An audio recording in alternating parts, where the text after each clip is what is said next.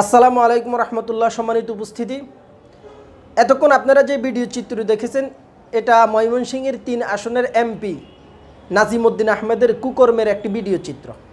আমার বাকরুদ্ধ হওয়া ছাড়া আমাদের বলার আর কোনো ভাষা নেই।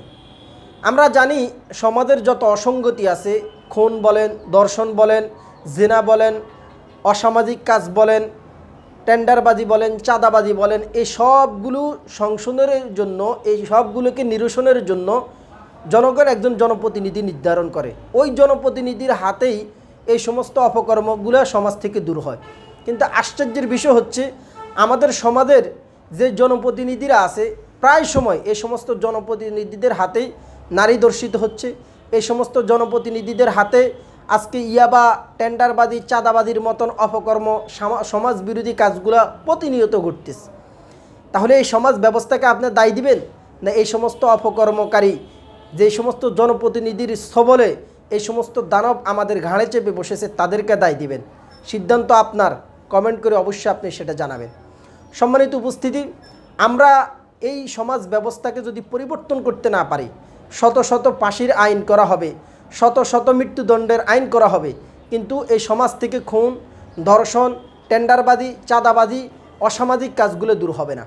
বরং এই সমাজ ব্যবস্থাটাকেই ধ্বংস করতে হবে। এই সমাজ ব্যবস্থাটাকে ভেঙে নতুন করে যদি ইসলামী সমাজ ব্যবস্থা কায়েম করা যায়, তাহলে এই সমাজের মধ্যে এই সমস্ত অপকর্মগুলো রোধ করা সম্ভব হবে।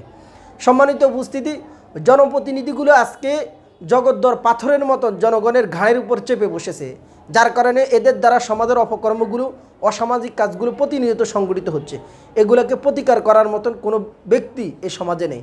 আজকে বিচার বিভাগ বলেন, সেখানে স্বাধীনতা নেই। যদি স্বাধীনতা থাকতো, বিচার বিভাগের আজকে যে আইন করা হয়েছে ফাঁসির আইন ধর্ষণের বিরুদ্ধে, পারবে এই দেশের বিচার বিভাগ এই এমপিকে ফাঁসির কাস্টে ঝুলাতে?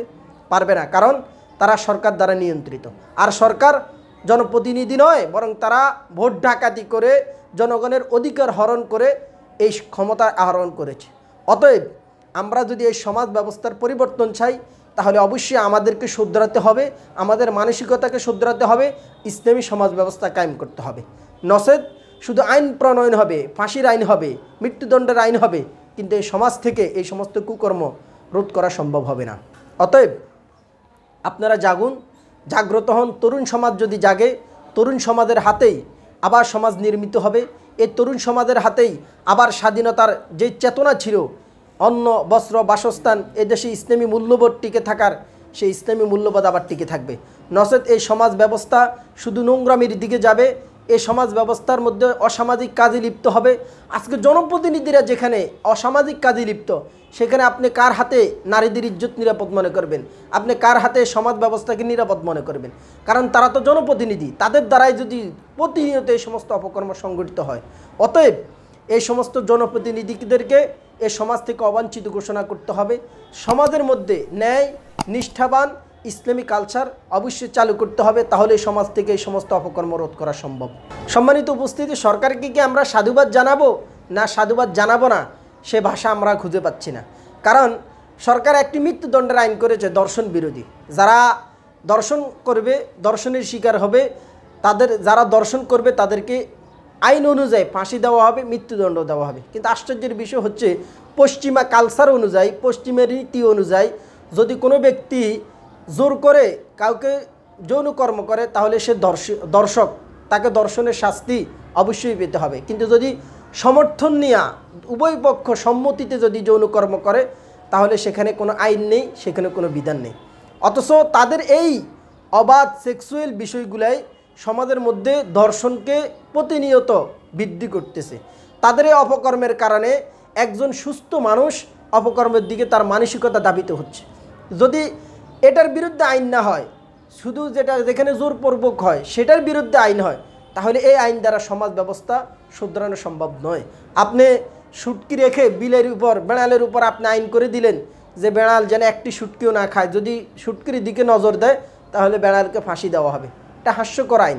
আপনি নারীদেরকে অবাধ চলার স্বাধীনতা দিবেন, আজকে আপনি নারীদেরকে বেপর্দা চলার স্বাধীনতা দিবেন, আর পুরুষদেরকে তাদের মানসিকতা ঠিক করার জন্য বলবেন। যদি কেউ মানসিকতা ঠিক না করে, নারীর দিকে শীষ দেয়, নারীর দিকে কুদৃষ্টিতে তাকায়, তাহলে তাকে ফাঁসির আইন দেওয়া হবে।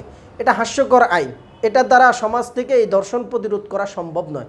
আপনি সুস্থ মানসিকতার জন্য সুস্থ পরিবেশ তৈরি করতে হবে। একজন পুরুষের যদি সুস্থ মানসিকতা আপনি চান, অবশ্যই আপনাকে সুস্থ পরিবেশ তাদেরকে দিতে হবে, যে সুস্থ পরিবেশে তার সুস্থ মানসিকতা তৈরি হবে। আজকে যে সমস্ত আইন করা হচ্ছে, ওই সমস্ত আইন দ্বারা সমাজ থেকে কোনো না সন্ত্রাস দূর হয়েছে, না চাঁদাবাজি দূর হয়েছে, না দর্শন দূর হয়েছে। অতএব এই সমস্ত পশ্চিমা নীতি অনুযায়ী, কার্ল মার্কস লেনিনদের আইন অনুযায়ী যেহেতু সমাজ থেকে এই সমস্ত অসামাজিক কাজগুলা, সমাজের অসঙ্গতি বিষয়গুলো দূর হচ্ছে না, অতএব এই সমাজ ব্যবস্থা ভেঙে দিয়ে ইসলামী সমাজ ব্যবস্থা কায়েম করতে হবে। তাহলে নারী মুক্তি, তাহলে এই সমাজের অপকর্মগুলো রোধ করা সম্ভব হবে।